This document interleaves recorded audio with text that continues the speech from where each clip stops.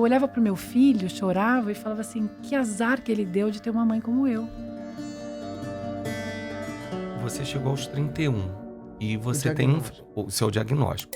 E você teve seu filhinho com quantos anos? Com 31.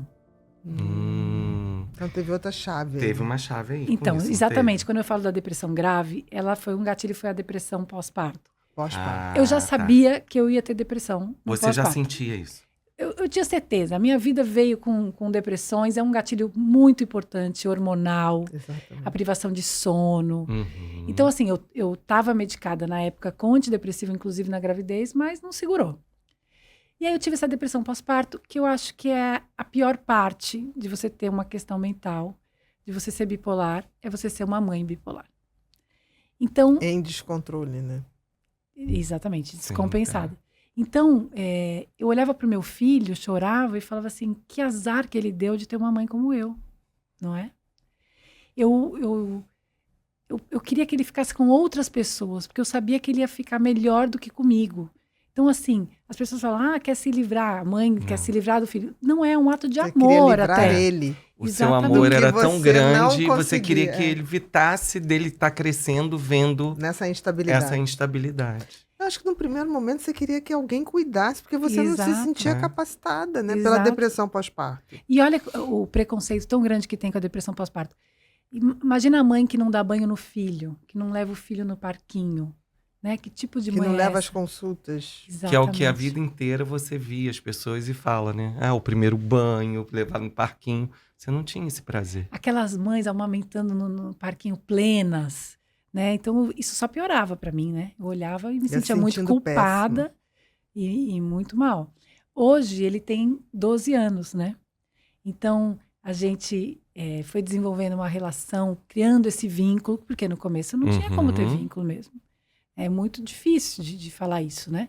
Mas a gente foi criando esse relacionamento. Até aconteceu uma coisa engraçada em relação ao livro, né? Porque eu tive que conversar com ele a respeito de ser bipolar. E você falar isso com uma criança é complicado. Muito E difícil. na escola, ó, sua mãe é escritora, vai lançar um livro. E o livro dela fala de bipolar. Sua Exato. mãe é bipolar, né? Exatamente. Criança, tadinho, é cruel, né? Exato. Bru, bota o livro aqui. Aí, bipolar sim, louca só quando eu quero. Fantástico. São histórias para ler, rir e chorar, porque de fato tem muito humor. Uhum. Porque as pessoas falam, bipolar, uma coisa pesada. É o meu jeito de ser. E eu acho que a gente pode tirar leveza, dar leveza também às questões mentais que a gente tem, que a gente passa, de não ser uma coisa assim, tão terrível, que só alimenta o preconceito, né? Eu acho que você fez uma coisa genial, porque o humor é uma linguagem muito mais fácil de comunicar, porque as pessoas abaixam as defesas. Exatamente. Né? Você vê assim, peças maravilhosas que, entre aspas, eram comédias, né? Como A Partilha. Não sei se você chegou a ver A Partilha. Já ouvi falar. Foi um sucesso de anos, que eram 4 irmãs que se encontravam no velório da mãe, e que uma coisa trágica, entre aspas, mas aí rolava um barraco de lembranças, e você ria muito. E no final tem aquela emoção que te paralisava o teatro inteiro, né? Essa peça foi dirigida pelo Miguel Falabella, teve várias versões, mas todas Eu maravilhosas. lembro, eu acho que eu vi você contando. Todas eu vi. maravilhosas. O cenário era um caixão, e aquelas irmãs. Sim. Primeira versão, acho que foi Interagindo, Suzana Vieira, Natália do Vale, já teve com Arlete Salles, assim, tudo genial. E era tão interessante que a gente começava a rir. Primeiro começava aquela peça, todo mundo sério, aquele caixão, tipo, o que eu vim fazer aqui? Disseram que era Meu para Deus, rir. Aí, de começa repente, a fúnebre. gente começava a rir muito, e no final todo mundo caladinho, chorando, tirando tantos ensinamentos. Sim. Então, eu acho o recurso do humor, e isso eu achei fantástico no teu livro, porque, assim, você não chega trazendo uma verdade, toma isso aqui, ó, é pesado, É se pra você acostume. enxergar. É. Não, olha só, eu passei por isso, que hoje eu olho, eu consigo rir, mas foi difícil. Foi difícil. Existe essa emoção, existe essa dureza. Mas você trouxe também a sensibilidade. Exatamente. Senão só traz o peso do... Exatamente.